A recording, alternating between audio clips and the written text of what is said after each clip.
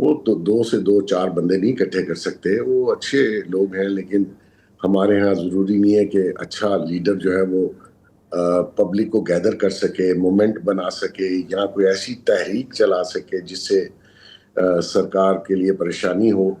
تو میں یہ سمجھتا ہوں کہ یہ شوشہ کبھی گورنمنٹ کی طرف سے آ جاتا ہے, کبھی کسی اور کی طرف سے. جی ڈائیلاگ کیا جائے, ڈائیلاگ آپ بتا دیجئے کس بات پہ آپ نے کرنے ہیں, کیونکہ اگر پری ڈائیلاگ جو ریکوائرمنٹ پی ٹی آئی دیتی ہے جی تو وہ تو گورنمنٹ کو کبھی قابل قبول آپ بتائیے ہو سکتے ہیں کہ جی الیکشن پہ بات ہوگی, الیکشن کمیشن پہ بات ہوگی, حلقوں پہ بات ہوگی, فارم 47 پہ بات ہوگی.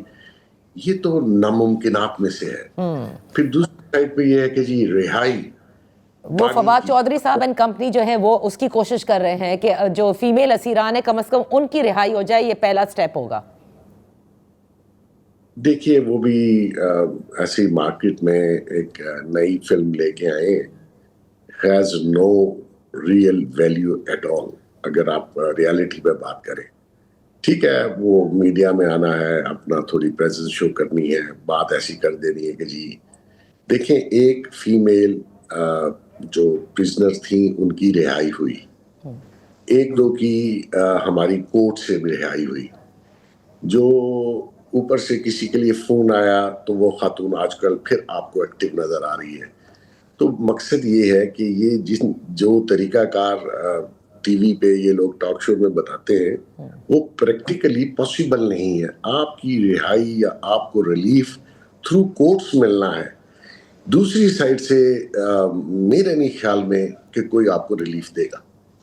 تو آخر میں صرف اتنا بتائیے گا کہ یہ آپ کو لگتا ہے کہ تحریک انصاف کے لیے, کیونکہ یہ بھی کہا جاتا ہے کہ نظام اتنا مضبوط ہے کہ اب تحریک انصاف کے لیے اور خصوصاً عمران خان کے لیے مشکلات بڑھنے کو ہیں, کیونکہ ابھی کچھ چند کیسز ایسے موجود ہیں جو جن کے جب آگے بڑھیں گے یا فیصلے ہوں گے تو عمران خان صاحب کے لیے مشکل بن سکتی ہے. مشکل تو جی وہ پہلے دن سے جب جیل گئے ہیں تو ان کے لیے مشکلات شروع ہیں. انہوں نے کافی ساری مشکلات اپنے لیے خود پیدا کی, حالات ایسے پیدا کر دیے. ابھی بھی جو ان کے فارن ہینڈلرز ہیں وہ جس طریقے سے ٹویٹر پیغامات آپ دیکھ رہے ادارے کے ہیڈ کے خلاف دے رہے ہیں, تو اس سے کیا مشکلات آسان ہوگی؟ یہ سمجھتے ہیں کہ ڈرا کے دھمکا کے کسی کو گالی گلوچ الزامات یا بیڈ ورڈز دے کے تو کسی کو انڈرمائن. بہت سے لوگ ان کی اس طریقہ کار سے انڈرمائن ہوئے جن کو انہوں نے بیک فٹ پہ کیا, ان پہ سوشل میڈیا کی یلغار کر کے. لیکن کچھ لوگ ذرا اس چیز کی پرواہ کیے بغیر وہ ان کے لیے مشکلات پیدا کرتے رہیں گے, اور یہ مشکلات ان کی خود پیدا کی ہوئی ہیں جس سے جان چھڑانا اس وقت تو بانی یا تحریک انصاف کے لیے مجھے تو مشکل لگتا ہے. آگے جا کے شاید کوئی ان کے لیے آسانی ہو, فی الحال تو نہیں ہے. بہت بہت شکریہ محسن بیگ صاحب فار بینگ ود اس آن دا شو. یہاں وقت ہوا ایک بریک کا. بریک کے بعد جب واپس حاضر ہوں گے تو ذکر کریں گے ایران میں جو مظاہرے ہو رہے ہیں وہ ان کی جو شدت ہے وہ اب کہاں تک پھیل سکتے ہیں. Welcome back. ایران میں مظاہرے جاری اور صدر ٹرمپ کی جانب سے بارہا خبردار بھی کیا جا رہا ہے, جس پر ایران نے یہ کہا ہے کہ اگر امریکہ نے ایران پر حملہ کرنے کی کوشش کی یا حملہ کیا تو اسرائیلی اور جو امریکن کے جہاں جہاں اڈے موجود ہیں پھر ایران ان پر حملے کر سکتا ہے. یہ جو صورتحال اس وقت وہاں بن رہی ہے اس پر بات کرنے کے لیے ہمارے ساتھ موجود ہیں باقر سجاد صاحب, سینئر صحافی اور تجزیہ نگار. بے حد شکریہ فار جوائننگ اس. باقر, ایران میں جو مظاہرے ہو رہے ہیں 31 صوبوں میں پھیل گئے, اب تک کی رپورٹڈ ہلاکتیں 65 کے قریب, 2500 سے زائد افراد کو اریسٹ کیا جا چکا ہے. جس سکیل پہ آپ اس کو دیکھ رہے ہیں, کیونکہ ایران کی ایک تاریخ بھی موجود ہے, کیا آپ یہ کہہ سکتے ہیں کہ واقعی ایران کسی آزادی کی طرف جا رہا ہے, یا آپ یہ کہہ سکتے ہیں کہ یہ سب کچھ رجیم چینج کے لیے کیا جا رہا ہے؟